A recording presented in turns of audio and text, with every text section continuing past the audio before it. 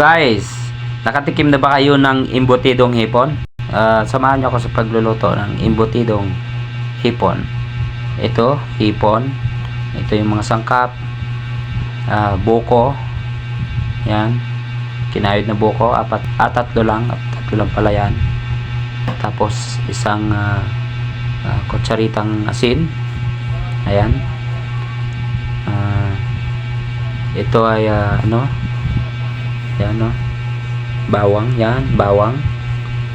Ito naman ay luya. Yan. Tapos paminta, pitsin, sili, optional paglagay, depende kung anong gusto mo, maangang ba o hindi. Tapos sibuyas. Ayun, kailangan din natin ng almirez, pero itong almirez ay maliit, guys, pero try natin kung pwede ito. Okay. Ang una nating gagawin,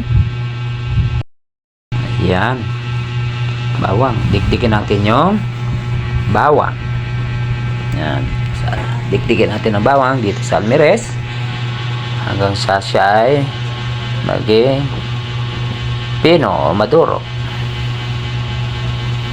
Ayan. Ganito lang ang pagdikdik ko. Ayan. Yan.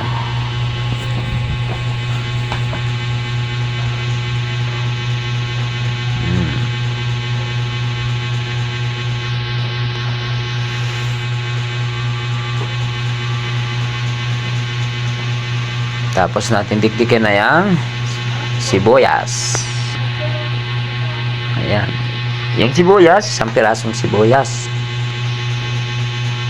Tapos, yung bawang kanina, isang pirasong bawang din. Dikdikin din natin itong sibuyas hanggang sa maduro.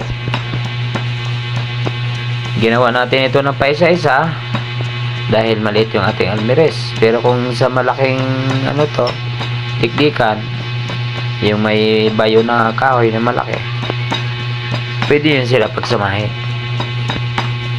para isang dikdikan lang magkakasama. Dahil maliit, gawa natin lang ito ng paraan. Yan, sa tabi naman natin yung sibuyas at ito naman ang luya. Dikdikin din natin itong luya. Ayan.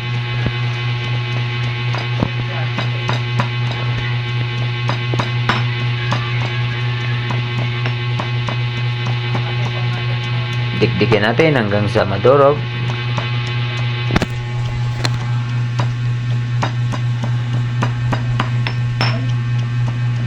Ayan. Ganyan nga.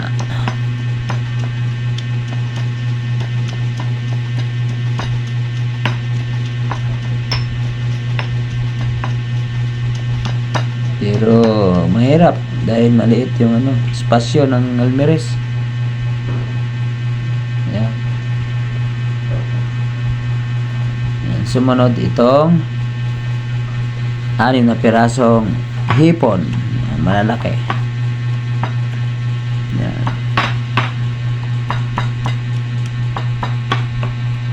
Ayan. Alalayan natin ang kamay, baka madulas, mahulog. Ganun lang yun, kadali. Hintayin natin sa madurog. Ayan. Hindi ganun maduro, guys. Lagyan natin ng asin kasi dumudulas. Dito na natin nakatulot tong asin para hindi ganun dumulas. Yan. Isang kutsaritang asin. Ito yung dinurog kanina, hindi ganun nadurog. Bawang sibuyas. Ayan, luya. Ayan, pagsamahin natin dito sa almirez kasama ang hipon. Ayan. Pero habang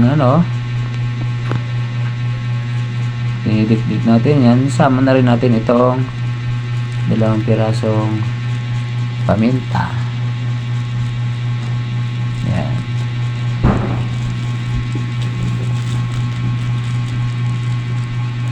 Yan.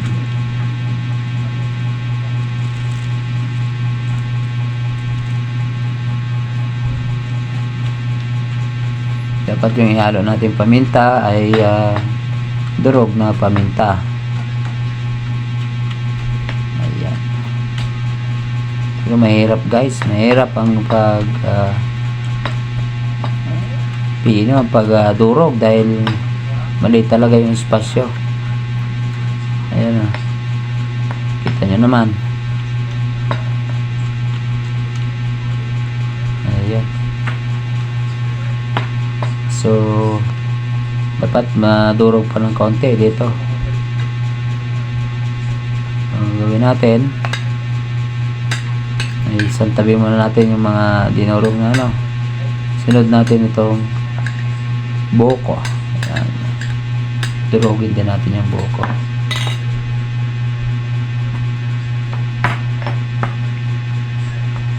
Ayan.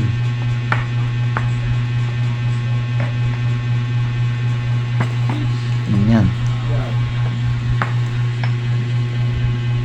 Mga laki sana yung ano ginagamit nating almirez. Ayan, hindi sana hindi ako nahirapan. Ayan. Ayan. Ayun, magkasama na yung hipon tsaka yung mga panamya. At ito na yung buko. So medyo mahirap talaga durugin dahil madulas. At naisip ko lagay na lang dito sa gamitan na lang ng blender. Yan, para isang anuhan lang, isang haluan lang. Ayan. Ayan. Mas maganda pa yata dito sa blender guys. Pero dapat ang pag-blend siguraduhin lang na hindi ganong durog kasi ang kalalabasan yan magiging ano yan, buko juice. Magiging buko juice yan guys pagka nasubrahan ng pino. Ayun lang siya, pinuhin lang siya ng konti para maging ano siya, maganda tignan tsaka masarap kainin. Yan, ganito lang yan. Pos mo lang siya. Yan, para umiikot yung blender sabay ng halo. Yung sa ilalim niya medyo durog na, kaya sa ilalim ano natin, yan, ganyan lang, pos tapos halo. Ganun lang ang gagawin natin guys. Yan.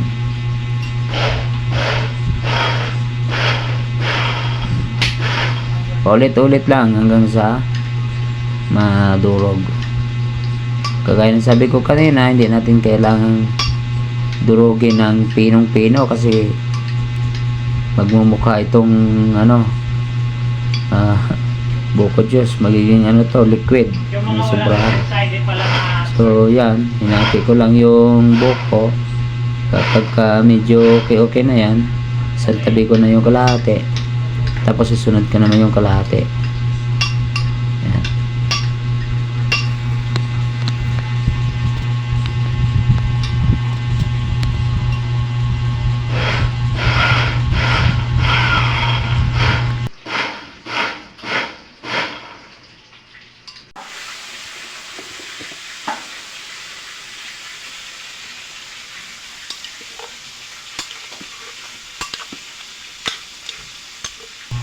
Kita na ngayon guys. So, kita nyo na. So, durog na siya. Yan, ganito lang. Yan, tapos isang tabi mo natin sa dito. Yan. Mamaya, lahat ng sangkap na nadurog sa tamang pagkadurog, paghalu-haluin natin yan siya.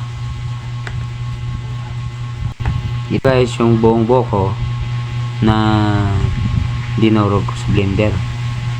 So ang susunod kong gawin ay dudurugin ko lang itong mga panamya kasamang hipon. Yan, kung gaano durog yung buko, ganun din dapat ang mga panamya kasama yung hipon.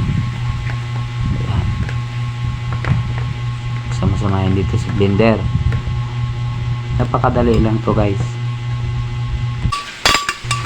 Kung paano natin ginawa yung buko kanina, ganun din sa dito sa mga panamya.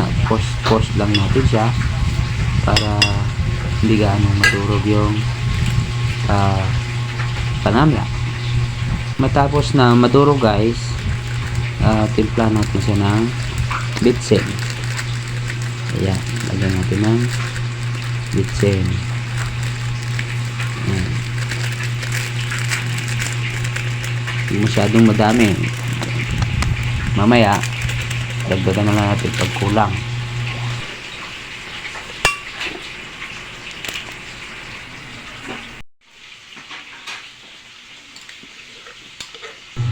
Pag okay na, pagsama-samahin na natin tong buko, dinurog na buko at dinurog na mga panamya kasama ang hipon. Yan. Tapos dito na natin siya timplahin habang siya ay hinahalo. Sundan nyo lang guys kung ano yung ginagawa ko. Ayan.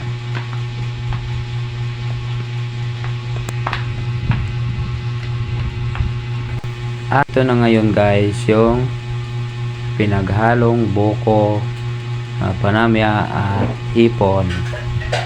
Ang gagawin natin, kuha tayo ng yan, foil. Yan. Tapos pabalutin natin siya sa foil. Yan.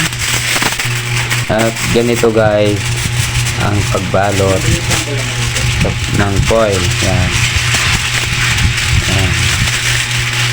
Sundan nyo lang itong ginagawa ko. Ayan. Pagdikitin yung dalawang dulo, tapos itupi ng ilang beses para mag-lock siya. Ayan. Ganyan naman guys. Ayan, mga 3 beses mo. Ayan. Balak mo siya ngayon. Tsaka at ito guys, nakabuo ko ng 3 balot. At ito na guys, nilagay ko na sa llanera. Llanera ng rice cooker yan guys. Yan, 3 lang din, sakto lang, 3 lang ang kasya. Ayan. Ayan, pakuluan natin siya. I-steam natin siya ng 15 minutes. At ito na ang finished product guys. Ayan, lutong luto na embutidong hipon.